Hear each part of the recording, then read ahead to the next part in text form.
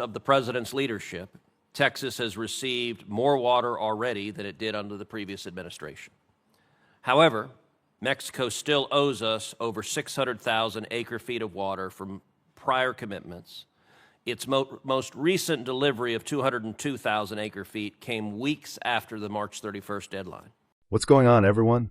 Welcome back to America Wake. I'm Wilson.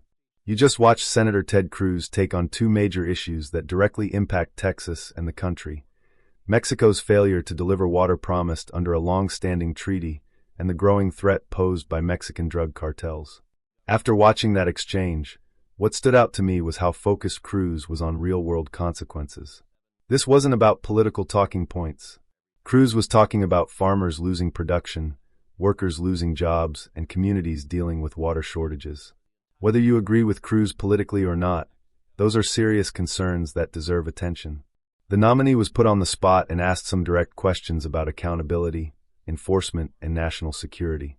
In my opinion, those are exactly the kinds of answers Americans should expect from government officials. Before we break it all down, make sure you like this video, subscribe to America Wake, and turn on notifications so you never miss our latest reactions and political analysis. Now let's get into it. Senator Cruz. Thank you, Mr. Chairman. Congratulations to each of the nominees. Thank you for your service. Mr. Segura, I want to talk about a foreign policy issue that is critical to my home state of Texas. In 1944, the United States and Mexico signed a treaty governing shared water resources. Under that agreement, Mexico is required to deliver 1.75 million acre-feet of water every 5 years, which works out to about 350,000 acre-feet each year. For years, for the entirety of the Biden administration, Mexico has failed to meet those obligations. That has exacerbated the water crisis in Texas, and it's put farmers and ranchers and communities in South Texas at very serious risk. I have repeatedly pressed Mexico to deliver the water it owes under the treaty and have authored legislation to hold Mexico accountable for failing to do so. Fortunately, the inaction from the State Department that we saw under Biden changed dramatically with President Trump's being elected, and I've worked hand in hand with President Trump to ensure that South Texas gets the water that Mexico owes it.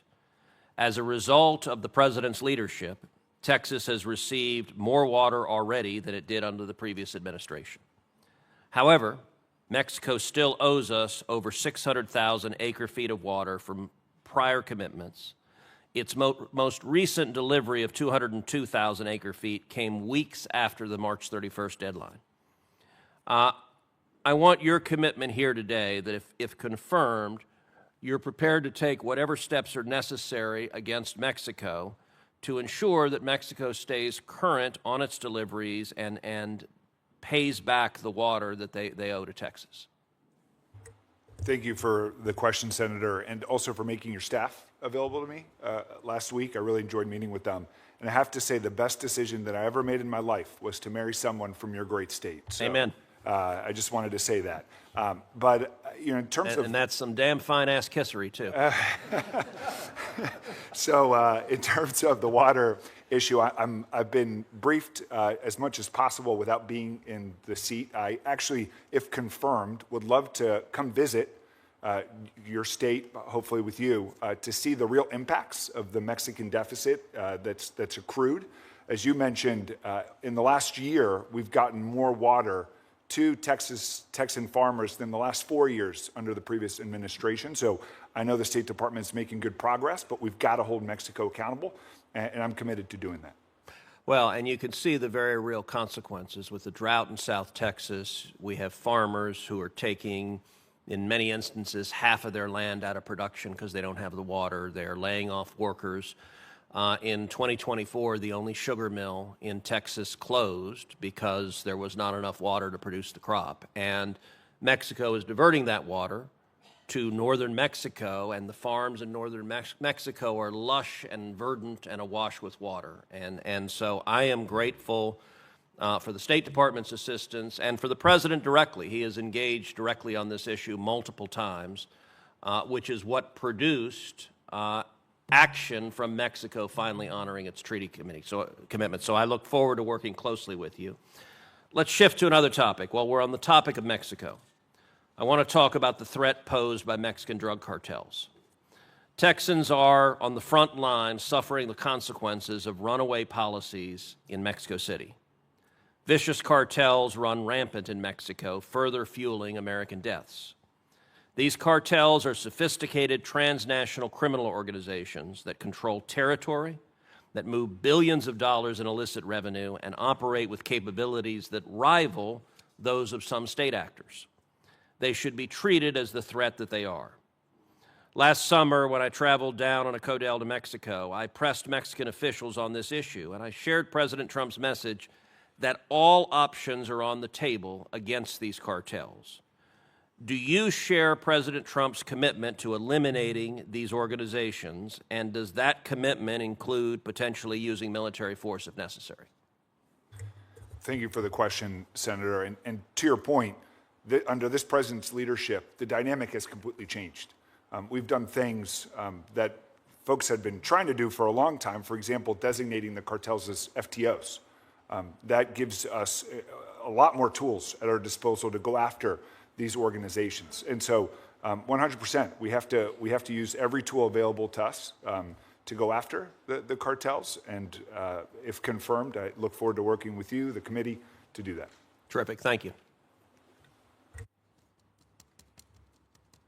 After watching the full exchange, I think Ted Cruz made a strong case on behalf of Texas.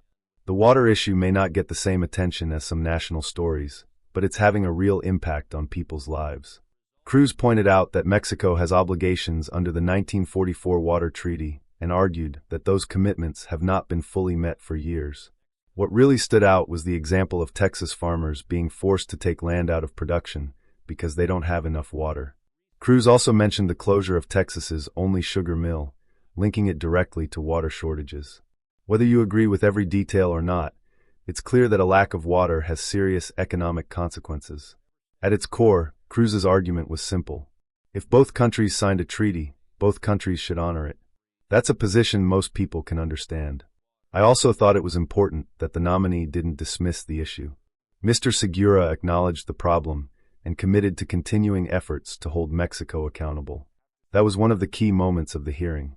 The conversation then shifted to Mexican drug cartels, and this is where the discussion became even more significant.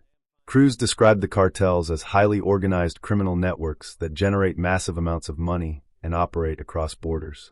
Given the ongoing fentanyl crisis and the impact on communities across America, it's easy to see why this issue remains a top concern. When Cruz asked whether every available tool should be used against the cartels, the nominee gave a clear answer. Segura said the United States should use every tool available and pointed to the designation of cartels as foreign terrorist organizations as an important step. To me, that shows how seriously this threat is now being viewed. The conversation is no longer just about crime. It's increasingly being treated as a national security issue. Overall, I think Cruz did what elected officials are supposed to do. Cruz brought attention to problems affecting constituents, asked direct questions, and pushed for clear commitments from government officials. The strongest part of Cruz's argument was the focus on real people. Farmers, workers, families, and communities are the ones affected by these policies, and that made the discussion much more compelling. But that's my opinion.